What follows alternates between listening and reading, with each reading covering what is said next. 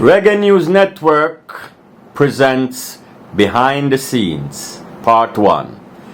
I'm here talking to a man who in the music industry needs no introduction, but to the wider world, we are going to let you know his great contributions to reggae music. I'm here with engineer, producer, entrepreneur, impresario, Delroy Fatta Pottinger. Good day, sir. How are you? I'm great, and you, sir? Yes, sir. So let's begin at the beginning. At the beginning, I was born in Western Kingston at a place where they call near Wellside Lane. That's out 2 miles, near Father Gooden, where Father Gooden did everything. As a little youth, Central Kingston live until about 11 years old, and then I moved to East Kingston, Franklin Town. Yeah, I mean, near around the road from me was living Arrows, Philip Linton sound system. And but as a young youth, I went to St. Annis, what do you call it, primary first or preschool, and then we went to Miss Goodrich around Hanover Street. Miss Goodrich, what was that, a school? It was a school, there was 2 classrooms and everybody bunch up. Okay, so what was it like? It was some lodge hall that owned the place. And Okay. Yeah, they tell me as young people, yeah, we can join the lodge and them thing, the mechanic temple kind of. Oh, so it was an offshoot of the lodge. Yes, and I was. So was it considered a primary school? Like a primary school. Primary school. Like a prep school, really. Kind of pay for go there. Oh, it was like private institution. Yeah. Okay. Yeah. All right. And then at the age of 10, we moved to St. Aloysius. Prep. Yeah, primary. Primary. And where is that? Where's St. Aloysius? On Duke Street. Okay. Yeah. So. And your secondary education? Kingston College. Okay. And then I go to noon for evening class, and I go to CAS. We go to Heart, join all Heart one at a time. Yeah. Okay. Portmore Art Academy. Okay. How did it in terms of subjects at when you finished up at Casey? Yeah, but we did something wrong, and then say you can't come back, come repeat fifth form. So go through your humble ways and leave us alone. Oh, so you never actually finished fifth form? Fifth form we went through, yeah, never even finished it, yeah. So we had to, but we do everything where, just the exam, we never take the exam and everything. Oh, so you never sat your CXCs? No. At all? Not at all. So when they did even class, they never look at thing. And, don't do learn the electrical, class learn some electronics, evening time thing. Okay. Yeah, just some little things here and there. Heart went and did. It was when I go Heart, the man was like, what you do? I get 100 in the maths, 100 in English. 100 na social stuff. He said, man, you don't belong here. Right. Okay. Yeah, and I was like, yo, what are you doing here? Yeah. And we just got some bomb. And, we were against the sound system, Arrows. We were going out, What was your role at Arrows? Selector. And me was one of the man who can. Any little thing I saw them. I couldn't have saw that. I mean, have a knowledge. I used to go around our place there from 85 to 87. A guy named Stevie. He would do electronics things. Amplifier fix, speaker, everything. So, a young youth, he must be said, alright, do that. Yeah. So the electronics really, yeah. Education is what really brought you into that technical. Yeah, so when we all got class, I did a little course with them. was like, you know, more than way you might know the theory, but you know, man would know them show more about how the equipment work faster, how circuits and all that thing they different. At the time, integrated circuits that come about IC and then thing there, and you know, transistor. So then when they come from tube and then go into transistor and then them gone into the IC thing. And we know say one day amplifiers are, instead of them big so, them are gonna come right down. Because the more, you know, the chip gets smaller and smaller every day. And the instead of you have a transformer for the power, you can have an IC around, you know. So you mentioned arrows. Arrows, Was arrows your initial entry point into? To the music? No, we'd have a friend where he may come catch at the yard where we live at the time. My mother, church sister, owned the yard and dead. And a guy he'd have a son and he was there with a girl where my mother make her mother come at the place. So the two families share the yard. You know, big yard. And this was what address you're talking about? This is Franklin Town. Franklin Square, yeah. Okay. And then the guy they come and I say, yeah man, there was a back porch here. I say, yeah, you can't put the box them that are 83.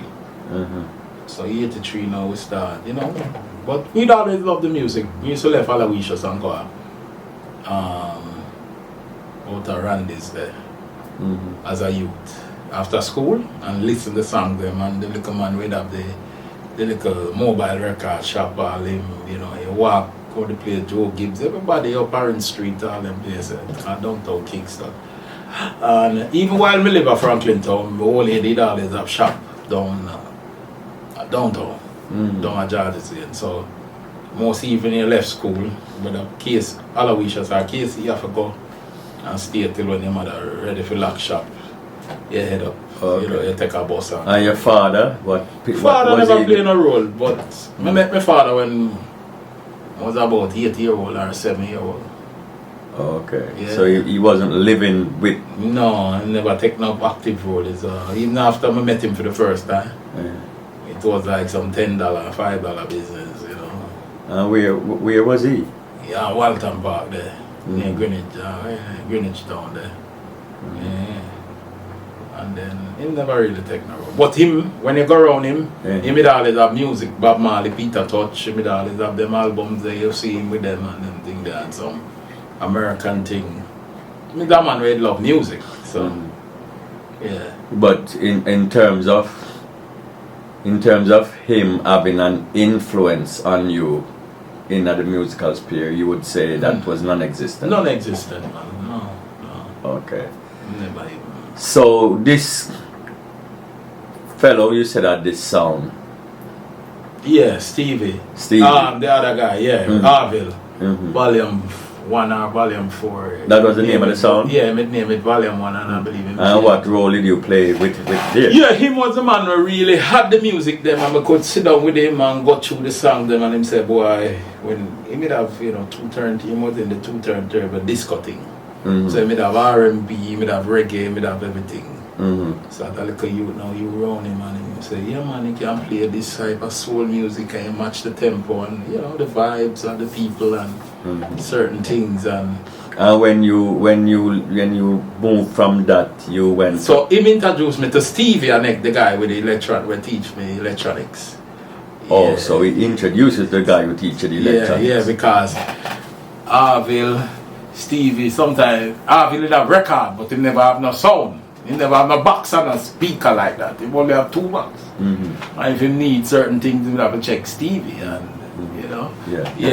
So, then, but Arrows, we know of Arrows and we talk to him about music and electronics, you know, that man where he would say we have played the little sound in 83, 84, 85, and we always talk to him and you know, we know bigger. I know him from 79 and I let him know we have the youth in my past and him deal with. So we were like youths and, you know, they're on the corner. Right. Until we start, him see we have try something. And one of the time the virgin would want buy a mixer. And I go to her and I say, which is the best mixer? Because me, I said, I bring in equipment and sell. Them time there, like I say, them time the $600 look like now. So at that point, you were more being introduced as a selector. Selector, yeah. So even before you got into the more technical side of the music business, you started to develop a hear for this thing, and know so there's certain song come from certain studio. And what were you gravitating to at that point? What kind of music and who were the artists you was gravitating? You had a natural. Yeah, artists that we love it was always like Dennis Brown, Bob would have certain music and Burning Spear. You know the whole thing, cause it was a mixture of everything. We like everything, you know, coming up them time there. No slackness much shit about. Yellowman was the slackest DJ, them say. Echo had dead already and Yellowman. So it was a period of the music, it was a changing point. And then 1985 the Sling Thing came. I remember when the Sling Thing played, the first time I hear it, I believe I was going to play at JPS Sport Club the night. I mean, we just go on there, never even work with us all. Right. And the Sling Thing we didn't play. There that you could use, you know, you could there. And this was like new thing, this sound new, you know, a fresher sound, a fresh sound. Okay. With Pumpkin Belly, I believe it was Pumpkin Belly, and I'm a Sling Thing, and I believe Tonto Irie. But I believe him only played the Pumpkin Belly and him played the Wayne Smith the night. Okay. Them two, yeah. But being a person who you was listening to Bob Marley, you was listening to Dennis Brown, you was listening to Spear, and when you heard Sling Thing, it was something new. In terms of what was happening at the time. Yeah, because you know, I was live instrument where I listened to. You could hear this was like a synthesizer. But wouldn't you say that was a step down in the music? Yeah, but to we it was a fresh sound, this innovation. Cause I remember one day I was with a thing on his car porch, and the first time he has to steal it, him and Danny Blackstar were doing Blackstar sound. Them hook up some tape machine and steal it and play around with the synthesizer and drum machine. And I was like fascinated as a youth, you know. We used to just study on there at the gate and, you know, if you get let him, you know, it was just a pleasure to be around the big man them. Right. Let me that try that thing there from that time there. So before Sling Thing came. So you came in as a selector, but you never excelled in that era. No, you never no. became like a known commodity. No, because me was like a junior selector. I used to feel like when this dance started till about a certain time, like 9-10 o'clock. As a youth, you know. You was a warm-up. A warm-up guy. It wasn't the in 87 when we on the song now, Arrows to 88, it was this youth named Papa Screw, and we got tour with Arrows in England. Okay. So you had no great ambitions to be I love like the that. engine. I remember I said to Tubby's, I remember going around by Tubby's. Then time I go to school. And I said to him, say, cause you know, man say, yo, when we that KC, there was the next thing to happen. Virgin said like music. And in farmer singing group with me, him and No, come on, you get out of here. You're singing. Yes. As you, but to me know the place where to go. Cause me know Aquarius record shop. Yeah. Me know downtown, all of them places. No, listen, don't make me laugh. So you're saying you were in a singing group? We were a singer. What's the name of the group? We don't even remember, but we went to thing there. I mean, we know Chester were there. You know, bro. Chester, that's Lone Ranger manager. Farmer manager, Yeah, so me know Chester from about 79. I walk past our yard. From Boabang to Dunkirk. Right. Cause him walk that way there. From out of Boabang. Pass with my yard and go. See him Peter Brooks. Right. Me know him long time too. From 79. Then in that time. So Fatta was in a group. Yeah. Was in a group and I carry them and say, come, and I go up at Aquarius now. I see Chester. I say, Chester, big man, where I go on? I say, youth, where I go on? I say, yeah, youth from around the square, yeah.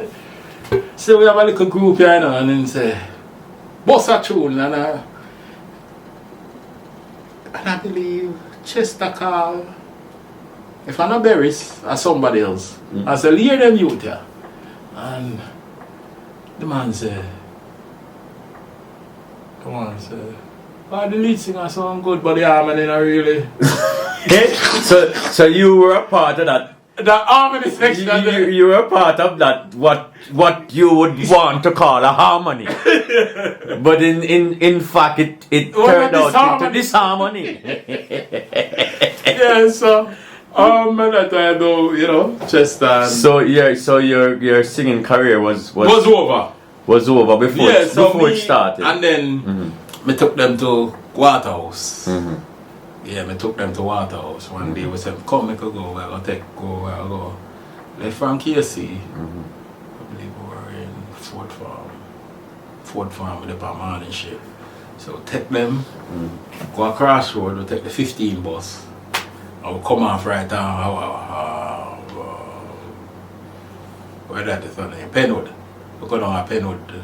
Penwood Road. Penwood Road. Right. Yeah, forgot St. Lucia Road where Jamaica'S is. Yeah, Jamaica'S. Them there, that Tubby's was really there. Tubby's Jamaica Avenue. Yeah, Jamaica Avenue. So we walk down Jamaica there, go right down a firehouse and go there as youth, and them I say, yo, today the school closed, you know. And I see Tubby's I come out and I say, big man, I want to be an engineer. Oh, so that was the first time the engineering part was mentioned. Yeah, you tell Tubby's that you want to be an Tubby's as an engineer. Okay. I mean, I hear about it, but I look on the album and I say mixed by Tubby's, you know. Right. Yeah, and then you see some song come out on the Firehouse label. Them time we used to just take up label and look for certain things. Yeah. Okay. But one of the fascinating thing about music, the Jamaican record label had less information.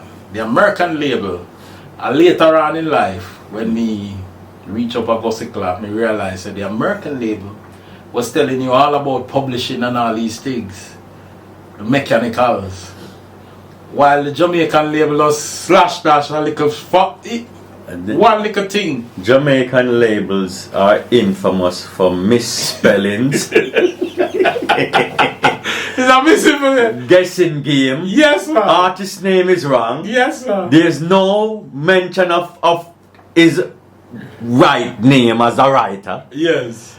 Me and you know we have what you call farm labels. Yeah. Written, arranged, and produced by Lloyd James. Yes. yes. Yeah. So you said you mentioned you want to be an engineer. Yeah. Man. And where did it go from there? It never really, because we were in a school, but in the school I love physics.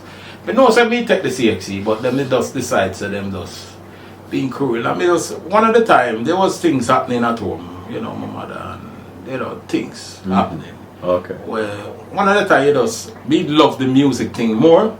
I mean, I said this thing in school not really gone away. Because me started go out and I play with the little virgin and I get some little 30 or 40 or $50.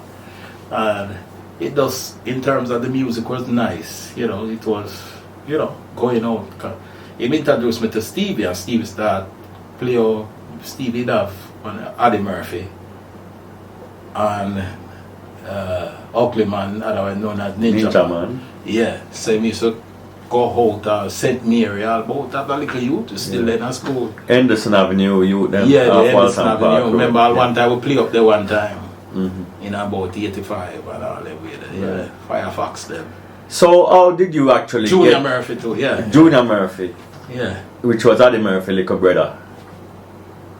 Oh, we get into the engineering, real engineering thing. Gilbert so Arrows brothers only decide continue with the sound system again. Him sell out the sound. And I believe him one day him say I'm gonna send down some equipment. Studio equipment. And about in 89, all of that came about. I was around there doing things one evening. I just decided to walk around there. Cause my mother had set me up on 150 fowl. I was a fowl farmer. I was into poultry. Your mother set you up on 150 fowl. And a little shop. Where was and a little shop. Where was the coop? The coop was in the back of the yard. We construct it, a brother they Fred it, built it all, concrete it, and you know, teeth some light and them thing there. So Delroy Pottinger was a singer in a group. Because no, we have to let the people know these things. A selector. Yeah. And a poultry farmer. A poultry farmer. And a shopkeeper too. And a shopkeeper. Yes, sir. But when the equipment came for the studio, then what happened next? August, September of 1989. We decided, alright, one evening, yes, the thing come, you know. And we just walk over there and we did it. Who was the engineer at that time at Arrows? Was there an engineer? No, Arrows himself. I do it. Mr. Linton, he was the engineer himself. And all of the rhythms would come off of he made have a turntable. So one day then, they and I play, and he must say, you can't find the rhythm them. If a man say he want a taxi, you look and put it. I didn't know, so I play the song. Okay. And what was the technology at that time? Was it real? What tracks were being used at that time? It was dub plate, you know, the dub machine is there in the corner. And you have a desk with the... Oh, so it was a dub cutting studio it was a initially? Dub cutting. Yeah, but it have a 8-track machine and a 2-track inside there. Okay. Yeah. What was the connection between the dub cutting, the 8-track and the 2-track? It does that. It never was really... Yeah, it may have some rhythm on the 2-track, but really nothing on the 8-track really. He may have tape with songs. I remember I made release songs with Leroy Gibbons. But the 8-track was not being used. Yeah. Remember when there was no actually recording. No recording, no. And it was like you're there in this room, and then him have a little room, like a little storeroom. Him put a bulb, a red light. And when we squeeze the red light, you start. Okay. Yeah, you start the dub machine first and drop the head. So the man I listen to a headphone and thing, but him just I watch a wall and watch the red light. So when the red light quit, him start. Him start. Yeah. And him hear the rhythm and him hear the rhythm. Yeah. Okay. Yeah. And it was one take. One take. He couldn't stop. He couldn't he stop. Had to go from start. He couldn't start to finish. Okay. Just spoil it. Right. And sometimes we'd record it on a cassette and then cut it off the cassette to the dub. Okay. So the dub machine was the thing, and me and her sit down there and enough nights and him tune up the thing, and me and him we try, you know, deal with the technical part. Me was always there with him. When other people say, because after a while, me just said to the shop thing, and we said to my mother, say, this is what here. He live next door and he want a bus. My mother, his kid must friend car them thing there, you know. Okay. And my mother take him in and say, you know, you. One thing with her, she had a care dog. Right. Yeah, so right. he said to him, say, well, you can run the shop. Okay. Me I deal with the thing, me deal with, you know, the music thing. When I was coming even me down there. Okay. Remember one day now, really my play on a man say, Wheel! And me have to just go up on the turntable. And he see the thing that start back the rhythm and him we dead there and him say, yeah, till it get in the place start build up. Bobby Digital bring our Shabba. Come vice round there. Dub. Yeah, man. But you're saying Gemini Arrows studio started out as a dub cutting studio. As a dub cutting everything. So when did it transition into a recording? Let me tell you the story. By the end of the December, there was so much work. The place was too full. I remember my mother and father was living there, but he never lived there. He lived uptown. And his mother and father lived there. They were their home. And I believe him 2 nephews that lived there or something. 2 grandnephews or 2 of his nephews, yeah. He'd live there. So we had to, by the January, we had to start looking And that for was the place. that was what year? That was in 1990 now, January of 1990. We Okay. started look place to move it from there. And everything we walk from, I believe, out by Elliston Road, come straight on. And a man said to me, say, one day, right at Camperdown Road, there's the building where you see Right.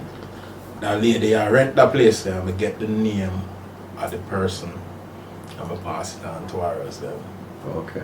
Yeah, and when them get the place to rent, me get a youth, two youth, I believe, a Crude Isle, one name Crude Isle, and one next other youth.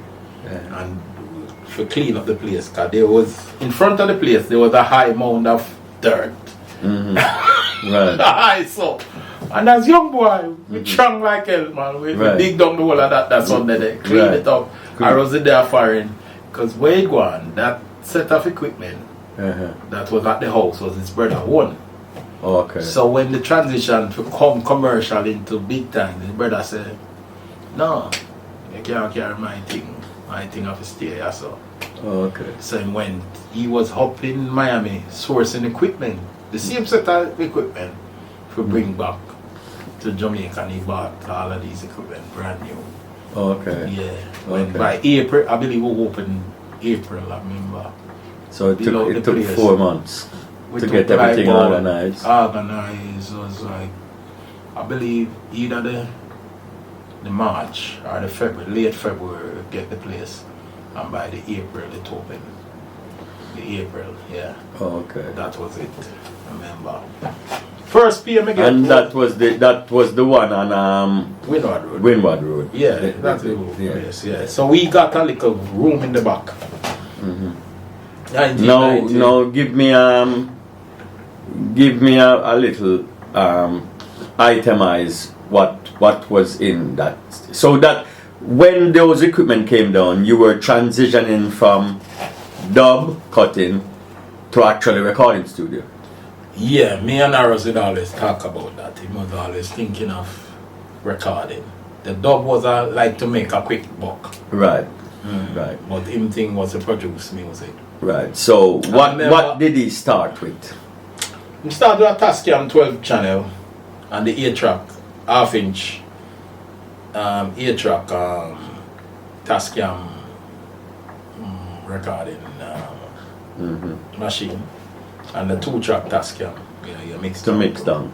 Yeah, and him have a rack, and he made have like a delay, and he made have a reverb. He made have, a couple of things like, he made have one of them DBX compressor here and there. So when he brought all that stuff now, And were you at sea or you were familiar? no, one thing with him, he would always say the manual, read it. Read, he would always read. He would always say read the manual out of everything. He say read the manual before you actually operate anything. Oh, okay. Yeah, So you were not automatically familiar, but we know some of the things, because on the sound system we had the compressors and certain things. We had reverb and delay. I was like his sound system, then they had a mic mixer with the mic plug in into, and you have the compressor, and then you have the reverb, and you have the delays. He was like ahead of his time with the sound system. He would set it up, one equalizer, everything was, he would have raw power. When he bring certain power amplifiers like the Ill to Jamaica, he would come with the modernize everything in rock and everything, because he might come from telephone company. So he make that everything. was his background. Yes, he was up to them time, he was like the man where I believe helped set up the cell tower them time when cell phone come, he was one of them. Okay. The manager. So this man is a highly technically Technical. skilled and Yeah. Right. And even while he made left telephone company, he always liaison with them people in the 90s. Yeah. Okay. Yeah, man. I mean, no. So we advise you to read the manual to And get he believe in familiar a with. class, things have to be a certain class. He not deal with inferior things. Okay. Mm-hmm. Okay.